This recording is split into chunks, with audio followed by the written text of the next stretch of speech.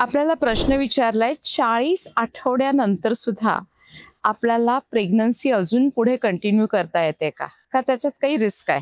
प्रेग्नन्सीचं जे ड्युरेशन आहे हे खरं म्हणजे 40 आठवडे असतं. कारण बाळासाठी जो रक्ताचा प्रवाह प्लासेंटामधून होत असतो तर त्याचं कॅल्सिफिकेशन व्हायला सुरुवात होते आणि बेबीकडे जाणारा रक्ताचा प्रवाह हळूहळू कमी व्हायला लागतो. त्यामुळे 40व्या आठवड्यात जेव्हा आपण सोनोग्राफी करतो तेव्हा आपल्याला दिसतं की प्लासेंटा सगळा कॅल्सिफाईड आहे. कॅल्सिफाईड म्हणजे काय? प्लासेंटामध्ये जे छोटे छोटे ब्लड वेसल्स असतात त्याच्यामध्ये सगळं कॅल्शियम साठलेलं असतं आणि बाळाकडे जाणारा प्रवाह कमी कमी कमी व्हायला सुरुवात होते. त्यामुळे बाळाला कधी कधी त्रास होण्याची शक्यता असते. 40 आठवड्यानंतर जवळजवळ 2% बाळांचे मिसहॅप होण्याचे चान्सेस असतात.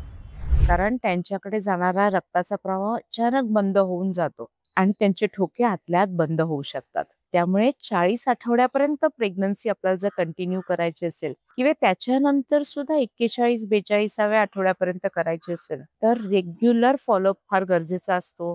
डॉक्टर तुम्हाला सोनोग्राफीज, NSTs, डॉप्लर स्टडी करायला सांगतील. आपल्याला बाळाच्या हालचालीवर लक्ष ठेवलं पाहिजे. काळजीपूर्वक जर आपण फॉलोअप ठेवला तरच आपण 40शी नंतर प्रेग्नन्सी कंटिन्यू करू शकतो.